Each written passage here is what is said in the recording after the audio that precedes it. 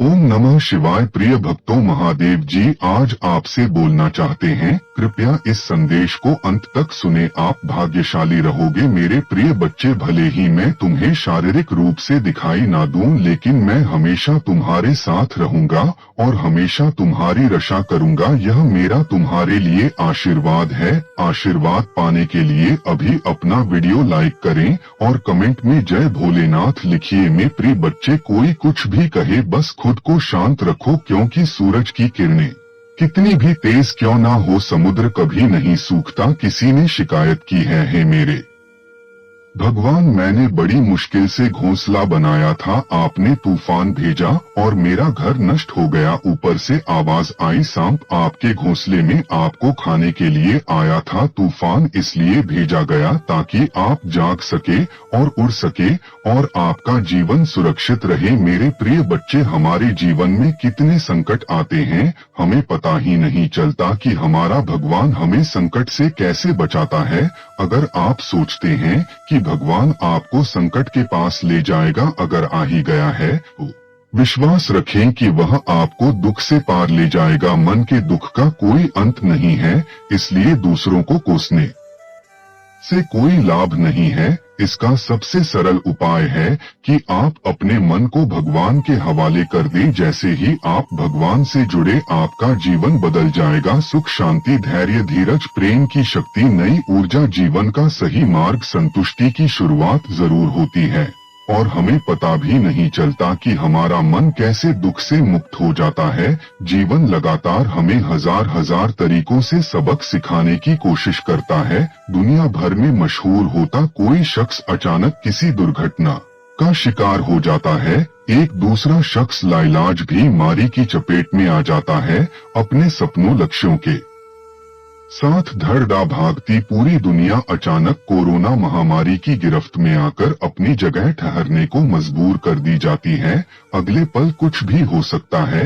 कायनात हमें बार बार बहुत लंबी योजनाएं बनाना छोड़कर मौजूदा पल में जीने की आदत डालने को कह रही है। हमेशा याद रखना, हमेशा सबको माफ कर दो या माफी मांग लो। जीवन की बहुत समस्याएं स्वतः ही हल हो जाएंगी। किसी को उसकी गलती के लिए माफ कर देना भी एक साहसिक एवं दैवीय गुण है। हमारे जीवन की बहुत सारी समस्याएं वहां से उत्पन्न होती हैं जब हमारे भीतर यह अहम का भाव आ जाता है कि मैं उसे माफ क्यों करूं। हमारी यही अहम फिर प्रतिद्वंदिता और प्रतिशोध का कारण बनकर रह जाती है। पारिवारिक जीवन में, मैत्री जीवन में या सामाजिक जीवन में संबंधों को मजबूत और मधुर बनाने हेतु किसी भी व्यक्ति के अंदर इन दोनों गुणों में से एक गुण की प्रमुखता अवश्य होनी ही चाहिए। मेरे प्रिय बच्चे, अतीत में हम क्या अलग कर सकते थे, उसके बारे में सोचने में समय बर्बाद ना करें। अपनी आंखों को सामने रास्ते पर रखें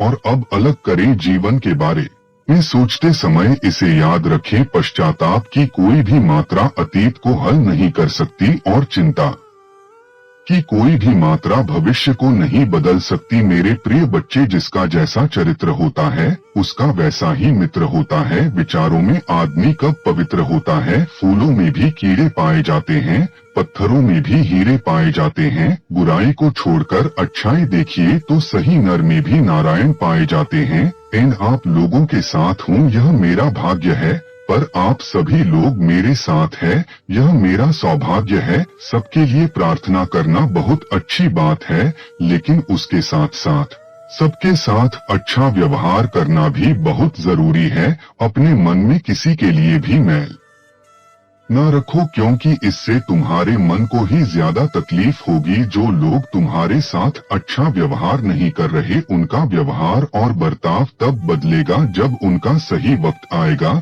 लेकिन उनके दुर्व्यवहार की वजह से तुम अपना मन उदास ना किया करो। मेरे प्रिय बच्चे, तुम जैसे हो वैसे ही रहा करो, मुस्कुराते हुए और खुश अच्छे लगते हो। ऐसे लोगों के साथ उठो बैठो जो तुम्हें जीवन में आगे बढ़ने के लिए प्रोत्साहित करें। जितना तुम्हारा ऐसे लोगों के साथ समय ज्यादा बीतेगा, उतना तुम खुश रहा करोगे और खुश रहने की वजह से तुम्हारा मन काम में लगा रहेगा और दुखी नहीं होगा। फिर रिश्तों में प्यार तो होना जरूरी है, लेकिन उससे ज्यादा जरूरी है कि तुम सब एक दूसरे को जीवन में आगे बढ़ने की प्रेरणा दो, एक दूसरे का हाथ पकड़कर आगे एक साथ बढ़ो, हर वक्त हर परिस्थिति में एक दूसरे का सहारा बनो। मेरी इन बातों को अपने जीवन में अपनाओ और फिर देखना कि तुम्हें कितना सुकून महसूस होगा जब समस्याएं आपको हवा की तरह घेर लेती हैं। जब जीवित रहना बहुत मुश्किल हो जाता है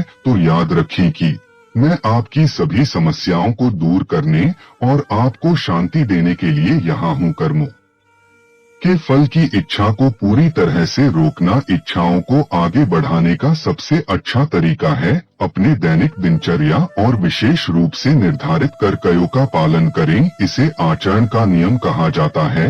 अगर आप किसी के साथ मित्रता करके जीवन भर उसका साथ नहीं दे सकते तो आपको कोई हक नहीं कि आप उसके साथ शत्रुता करके उसे पीड़ा दे, क्योंकि आप दूसरों को जितना कष्ट देंगे उससे 3 गुना अधिक कष्ट आपको ही होगा जिन्होंने आपको कष्ट दिया है। मुश्किलें केवल बेहतरीन लोगों के हिस्से में आती है, क्योंकि वही लोग उसे बेहतरीन तरीके से अंजाम देने की ताकत रखते हैं।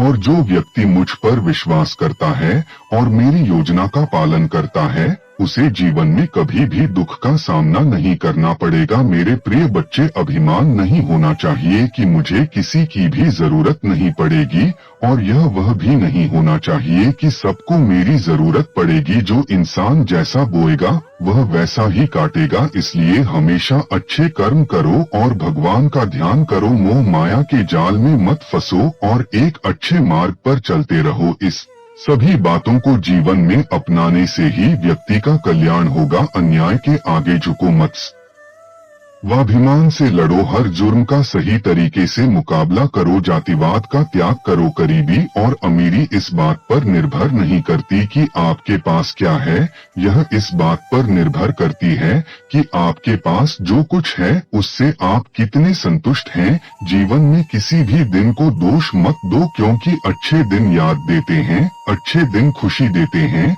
बुरे दिन अनुभव देते हैं, बुरे दिन हमें सिखाते हैं। एक समय में थोड़ी प्रगति करो, कछुए की गति से भी कई खरगोश आएंगे, बस उन्हें हराने की हिम्मत रखो। यदि आप अपना धन गिनना चाहते हैं तो बिल मत गिने। अगर गलती से आपकी आंखों में 2 आंसू आ जाएं, तो उन्हें पूछने आने वाले लोगों की संख्या गिन लीजिए। अगर कोई आपका दिल तोड़ दे तो निराश मत होना, क्योंकि यही प्रकृति का नियम है। एक गरीब व्यक्ति द्वारा दिया गया धन 000 से भी अधिक मूल्यवान है, क्योंकि उसकी महानता गरीब स्थिति में भी दान देने की इच्छा में निहित है।